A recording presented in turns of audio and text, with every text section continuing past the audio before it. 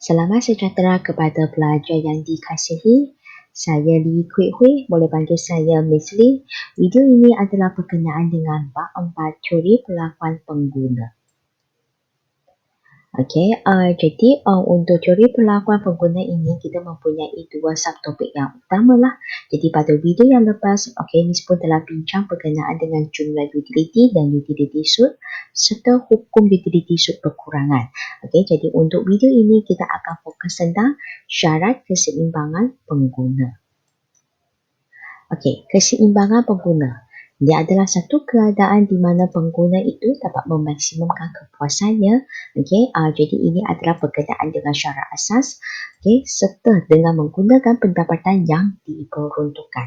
Yang ini pula adalah berkenaan dengan syarat pencukup. Jadi ingat, nak mencapai keseimbangan pengguna ini, dia kena memenuhi dua syarat dulu. Yang pertama syarat asas, yang berkaitan dengan kepuasan, dan yang kedua itu adalah syarat pencukup yang berkenaan dengan pendapatan. Bagi syarat keseimbangan pengguna ini, kita akan kaji melalui dua kes. Yang pertama itu adalah kes satu barang dan lagi satu adalah kes dua barang. Kita akan tengok juga melalui harga yang sama dan lagi satu di mana harga dia adalah berlainan. Jadi sekarang kita akan fokus berkenaan dengan kes satu barang dulu. Untuk kes satu barang, kita ada syarat asas. Tadi soal bagi tahu syarat asas itu berkenaan dengan kepuasan. Dan lagi satu syarat pencukup, dan syarat pencukup ini berkenaan dengan tingkat pendapatan. Nanti kita akan pastikan dia akan memenuhi dua syarat ini. Jadi untuk kes satu barang ini, kan tadi soal bagi tahu ada syarat asas dengan syarat pencukup kan. Jadi untuk syarat ini memang pelajar kena hafal ya. Jadi untuk kes satu barang, syarat asas dia MUX sama dengan PS. Bermaksud utility suit bagi barang S sama dengan harga bagi barang S. Tengoklah barang apa yang dikaji. Kalau barang S dikaji, so sinilah tulis X. Kalau barang yang dikaji itu barang Y, tulislah Y dekat sini. MUY sama dengan PY. So berdasarkan soalan dia, Jadi berkenaan dengan syarat pencukup, syarat pencukup itu kita nampak PSQS sama dengan I. P itu harga bagi barang S, kita terap dengan kuantiti bagi barang S.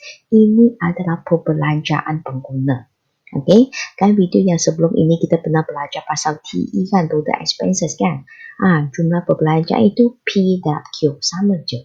Tetapi untuk kali ini, kita nak jumlah perbelanjaan kita adalah sama dengan pendapatan. I dekat sini stand for income. Jadi itu adalah pendapatan. Kalau pendapatan bersamaan dengan perbelanjaan, jadi itu maksudnya dia telah memenuhi syarat pencukup. Berkenaan dengan kes satu barang, kita cuba tengok ada satu jadual yang telah disediakan. Ada kuantiti, ada TU dengan ada MU lah. Antaian harga X RM4 dan pendapatan RM12. Antaian ini telah diberikan. Jadi pelajar pun tahu syarat asas dia MUS sama dengan PS dan syarat pencukup dia PSQS sama dengan I.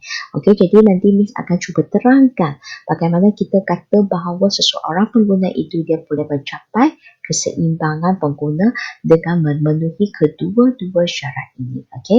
Syarat asas dia MUX sama dengan PS. Jadi maklumat yang sedia ada dekat sini. PX dia sama dengan RM4. Jadi kita pun tulislah RM4. Kena sama dengannya. Jadi MU kita pun kena jadi 4. 4 U2. Samalah 4. Jadi sekarang kita cuba tengok pada jadual ini. Kita cari di mana MU kita sama dengan 4. Yang ini. So maksudnya syarat keseimbangan pengguna yang melalui syarat asas ni kat sini lah. Dan pada masa itu kuantiti dia adalah sebanyak 3 unit. Jadi kita kena pastikan bahawa dia juga memenuhi syarat pencukup dia. Jadi PSQS dekat sini ini adalah perbelanjaan dan I income. Ini adalah pendapatan. Dan pendapatan yang telah diberikan sama dengan 12. Kita kena cek sama ada perbelanjaan kita sama dengan 12 ke tidak. P kita 4. Q kita, ini Q. Kan tadi sudah kata keseimbangan dia. 3 unit yang akan digunakan. Sama dengan 12. Okey, jadi kita dapati bahawa dia adalah sama dengan tingkat pendapatan. Ini bermaksud perbelanjaan pengguna adalah bersamaan dengan tingkat pendapatannya. Maksudnya semua pendapatannya telah pun dibelanjakan. Okey, jadi dia capailah keseimbangan pengguna yang memenuhi syarat asas serta memenuhi syarat pencukup. Okey, soalan yang ditanya, mungkin dia ada soalan tambahan di mana dia tanya berapakah jumlah utility yang diperoleh. Okey, kalau nak tentukan jumlah utility itu kita tengok. Okey, kuantiti kita adalah 3 unit dan TU kita, jumlah utility kita adalah 18 util. Jadi pun tulislah jumlah utility dia adalah bersamaan dengan 18 util. Okey, seterusnya kita akan kaji berkenaan dengan case 2 barang. Okey, so ada harga sama, juga ada harga berlainan. Okey, case 2 barang bagi harga sama. Okey, juga sama dia mempunyai syarat asas, okey, yang berkaitan dengan kepuasan dan juga syarat pencukup yang berkenaan dengan pendapatan. Okey, diikuti dengan harga berlainan bagi case 2 barang.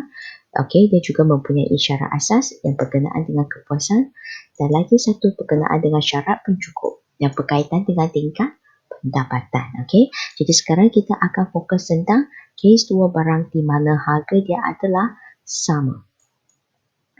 Okey, jadi untuk case 2 barang, harga yang sama itu kita akan tengok melalui syarat asas dan juga syarat pencukup. Okey, bagi syarat asas dia, MUS sama dengan MUY. Okey, so kita nampak dua barang yang berlainan, barang S dengan barang Y. Jadi MU dekat sini dia adalah merujuk kepada utility suit. Dengan reti kata lain, utility suit bagi barang S dia adalah bersamaan dengan utility suit bagi barang Y. Okey. Okey, seterusnya berkenaan dengan syarat pencukup. Ingat ini berkaitan dengan pendapatan. Kan tadi masa Miss bincang case satu barang, kan saya kata perbelanjaan sama dengan pendapatan kan? Ini pun sama. Jadi PSQS tambah PYQY sama dengan I. Jadi PSQS tambah PYQY ini adalah perbelanjaan terhadap barang S. Dan ini pula PYQY ini adalah perbelanjaan terhadap barang Y. Jadi jumlah perbelanjaan bersamaan dengan pendapatan. Okey, so itu adalah syarat asas dan syarat pencukup untuk case 2 barang di mana harga dia adalah sama. Pelajar memang kena hafal syarat ini. Okey. Okey, sekarang kita cuba tengok jadual dia. Jadi untuk jadual ini kita ada Q, T, U and U. Okey, macam tadi case 1 barang punya, tetapi disebabkan ini case 2 barang, jadi kita tambah lagi TUY dan juga MUY. Okey, andaian yang telah diberikan harga X RM2, harga Y RM2, jadi harga sama, tingkat pendapatan 12. Okey, so inilah syarat asas dengan syarat pencukup dia. Okey, nanti Miss akan tunjukkan bagaimana pengguna tersebut dikata mencapai keseimbangan pengguna dengan memenuhi syarat asas serta syarat pencukup ini. Okey. Okay, memandangkan syarat asas dia MUS sama dengan MUY, jadi kita fokus dua kolom yang inilah. Okay, jadi sekarang kita cuba tengok sini 8. Ada 8 sini dah. Ya, ada kita bulatkan. Okey, kemudian kita sambung lagi. Kita tengok 6. 6 pun ada juga. Ada lagi yang sama? Tak ada lah. Hanya 8, 6. Okey, yang lain semua tak sama. Okey, jadi sekarang kita akan sediakan. Okey, jadi disebabkan ada dua warna yang berlainan kan, bermaksud wujud dua kombinasi yang berlainan. Okey, jadi sekarang Miss akan tentukan bagi kombinasi A. Okey, kombinasi A ya. Okey, untuk kombinasi A kita cuba tengok sini 8 kan. Ini barang S. Pada masa itu kuantiti dia berapa? 1. Jadi Miss pun tulis 1S. Nampak? Okey, cuba tengok barang Y. Ini pun 8 ya, 8 sama. Masa itu kuantiti dia 2. Jadi tulis 2Y. Okey, jadi kombinasi A ini adalah 1 unit barang X dan 2 unit barang Y. Okey, kita kena pilih yang sama punya. Okey, seterusnya untuk kombinasi B. Okey, kombinasi B cuba tengok 6, 6. Okey, MUS kita 6. Kita cuba tengok. Kuantiti kita 2. 2X. Dan MUY kita pun 6 juga. Masa itu kuantiti kita 4. 4Y. Okey, itulah barulah kita mendapati syarat dia. MUS sama dengan MUY. Begitu juga dengan yang ini. Cuma kombinasi dia ada 2 lah sebab 2 warna yang berlainan. Jadi untuk syarat pencukup pun sama. Disebabkan tadi kita ada 2 kombinasi pada syarat asas. Jadi syarat pencukup pun kena ada 2 kombinasi. Okey, kita ada kombinasi A. Dan kita juga ada kombinasi B. Okey, sekarang kita cuba tengok ya. Berkaitan dengan syarat pencukup, PSQS tambah PYQY sama dengan I. So, PSQS tambah PYQY yang ini adalah perbelanjaan. Yang ini adalah pendapatan. Kita kena cari perbelanjaan untuk setiap kombinasi dulu. Okey, kita gantikan PX. Okey, so PX 2. Kuantiti X, ini kuantiti dia 1. Harga Y pun sama 2. Kuantiti Y 2. Jadi nanti kira sama dengan perbelanjaan dia berapa.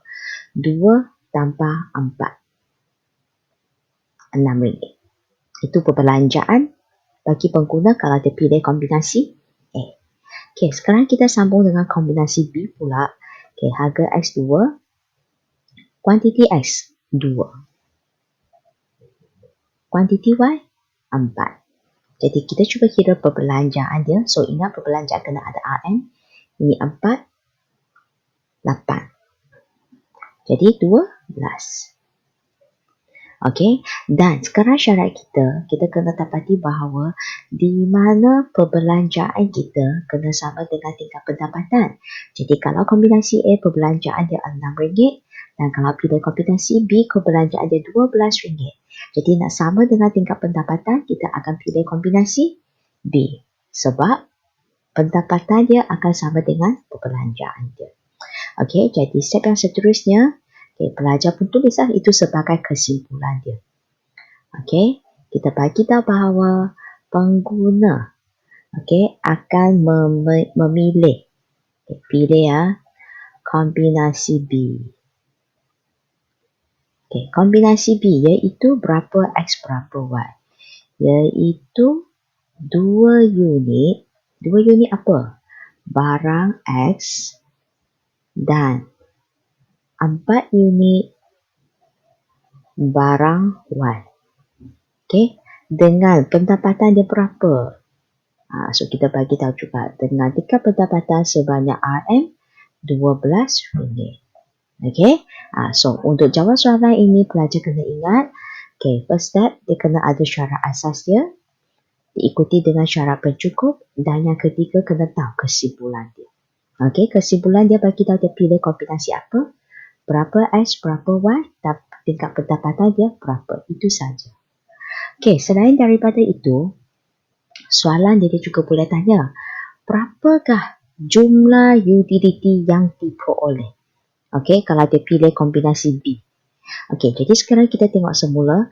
Okey, jumlah utility dia kalau pilih kombinasi B, dia pilih 2X dan 4Y kan? Okey, jadi nak dapatkan jumlah utility ini, dia punya perkiraan akan jadi sedemikian.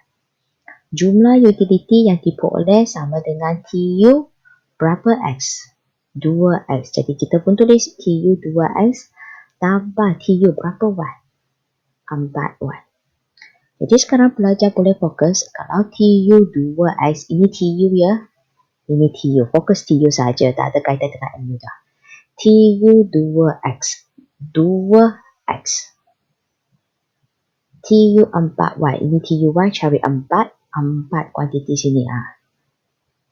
So, bermaksud jumlah utility yang kita akan dapat untuk TU 2X sama dengan 14 dan TU 4Y ini 31. Okey, dan kemudian kita selesaikan, kita akan dapat 45 util. So, kalau ditanya jumlah utility yang diperoleh kalau pilih kombinasi B ini, pelajar boleh bagi tahu bahawa inilah pengiraan dia.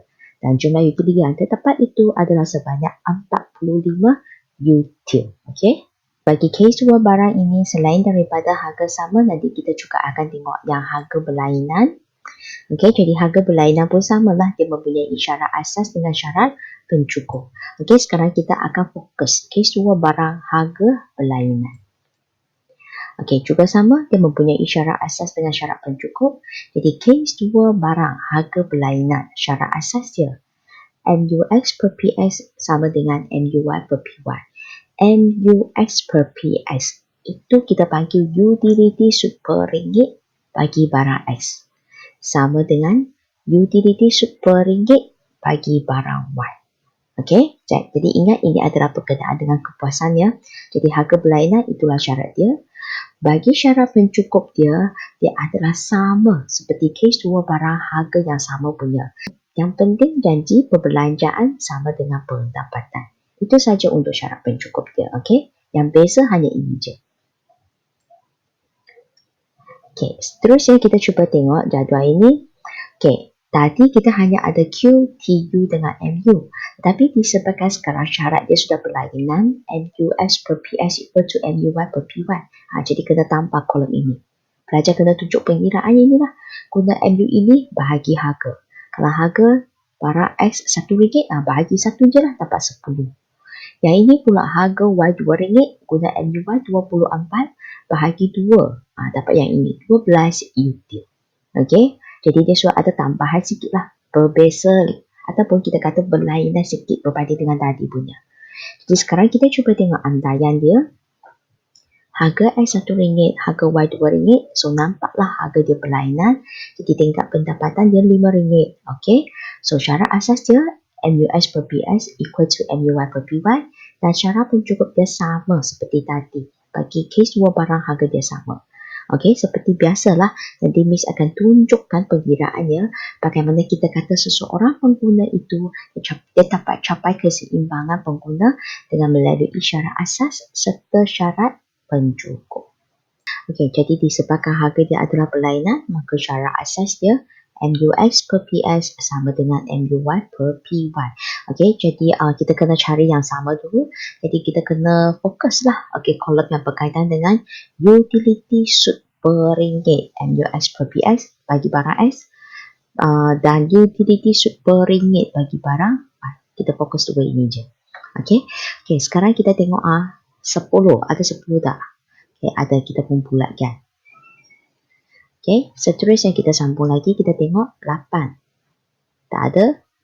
7, ada yang sama tak? Ada. Okey. Lepas tu kita tengok lagi. 6, tak ada? 5, ya ada. So, dengan reti kata lain, kita ada 3 warna yang berlainan, bermaksud nanti wujudnya 3 kombinasi yang berlainan. Okey, jadi kita ada kombinasi A. Okey, nanti ada kombinasi B dan juga kombinasi C. Okey, untuk kombinasi A, kita cuba tengok. Kita kena tentukan berapa X, berapa Y. Okey, X kita adalah 1X. Tanpa kita cuba tengok Y kita. 10, 10. Tengok kuantiti ya. Kuantitinya adalah 2Y. Okey, sambung untuk kombinasi B. Cuba tengok yang warna merah punya. Okey, dan kita dapati pada masa itu MUX kita yang 7 sini kuantiti dia 3. Jadi 3X. Okey, tambah yang sama ya sini. Okey, ini adalah Y. Jadi 4Y. Itu untuk kombinasi B. 3X, 4Y. Okey, seterusnya kita sambung kombinasi yang ketiga iaitu kombinasi C. Okey, utility sud per ringgit bagi barang X 5, utility sud per ringgit bagi barang Y pun 5. Jadi ini samalah.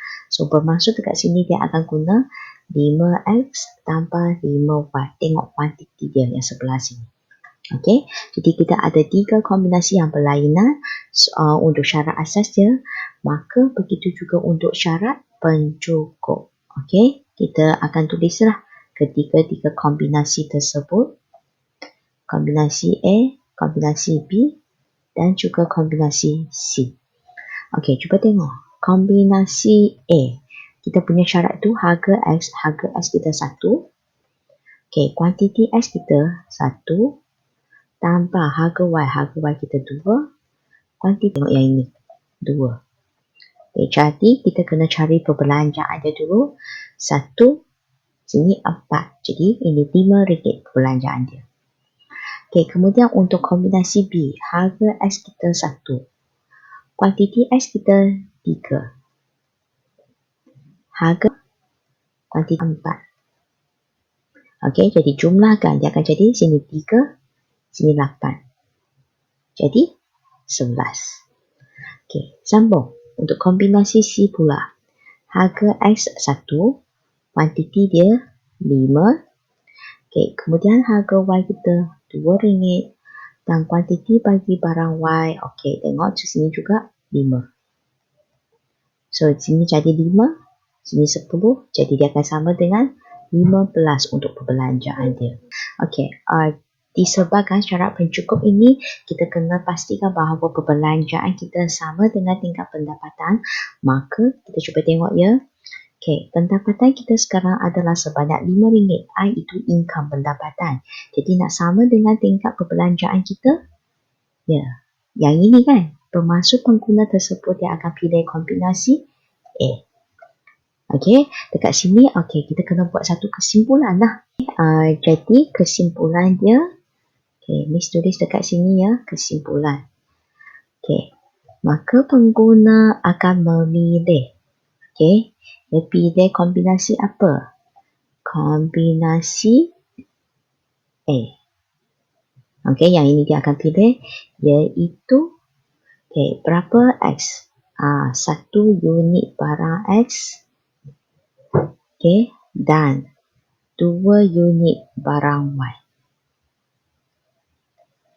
Dengan tingkat pendapatan sebanyak RM5. Itulah kesimpulan yang pelajar perlu buat. Okey, kita cek semula. Dia pilih kombinasi A. Berapa X? 1 unit barang X, 2 unit barang Y. Pendapatan 5. So, ada 3 item itulah yang daripada syarat asas. Okey, dan kemudian dari syarat pencukup. Okey, seterusnya. Soalan dia mungkin tanya. Okey, berapakah jumlah utility yang diperoleh bagi seseorang pengguna kalau dia pilih kombinasi A ini? Okey, jadi nak kira jumlah utility, TU dia sama dengan, okey, kita tengok dia pilih berapa X? 1X kan? TU 1X kita tambah dengan 2Y.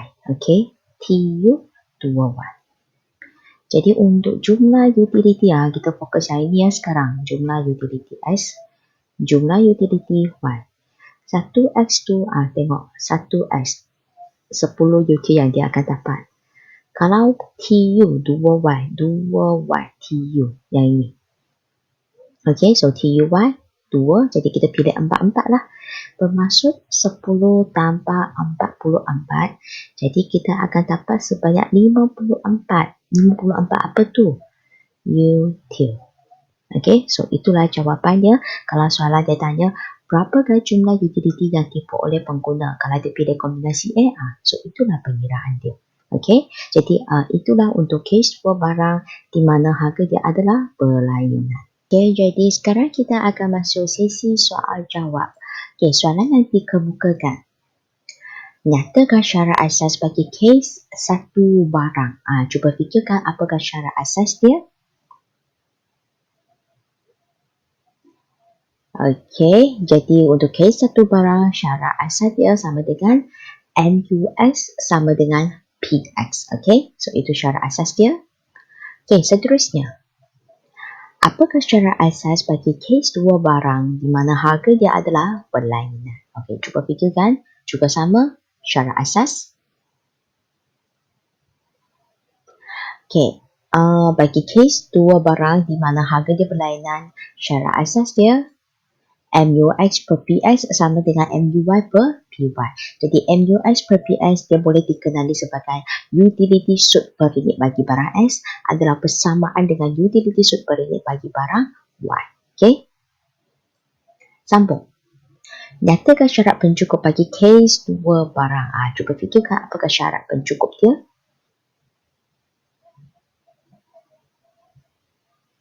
Okey, berkenaan dengan syarat pencukup, PXQX tambah PYQY sama dengan I. So, PX, QX ini adalah perbelanjaan terhadap barang X. Yang ini PY, QY pula merujuk kepada perbelanjaan bagi barang Y. Sama dengan I. I ini adalah merujuk kepada pendapatan.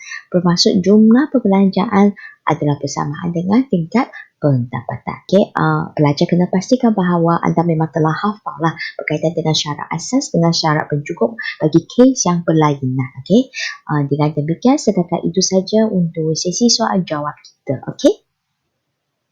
Okey, jadi dengan demikian selesailah perbincangan kita yang berkaitan dengan syarat keseimbangan pengguna. Jadi untuk video yang seterusnya, Miss akan fokus tentang kesan perubahan harga ini terhadap keseimbangan pengguna. Sebagai tanda penghargaan anda terhadap video yang Miss telah hasilkan ini, okay, ingat subscribe YouTube channel saya. Okay, jangan lupa tekan notification bell ini juga. Okay, bagi pelajar yang sudah subscribe, okay, jangan lupa like kan serta sharekan video saya ini kepada pelajar-pelajar yang lain. Okay, saya Lee Kwek Hui. Saya merupakan pensyarah ekonomi dari College Matrikulasi Perak. Saya juga merupakan peserta bagi Akademi YouTuber Guru Malaysia. Jadi setakat itu saja untuk video ini. Sekian, terima kasih. Okay, kita jumpa lagi. Bye-bye.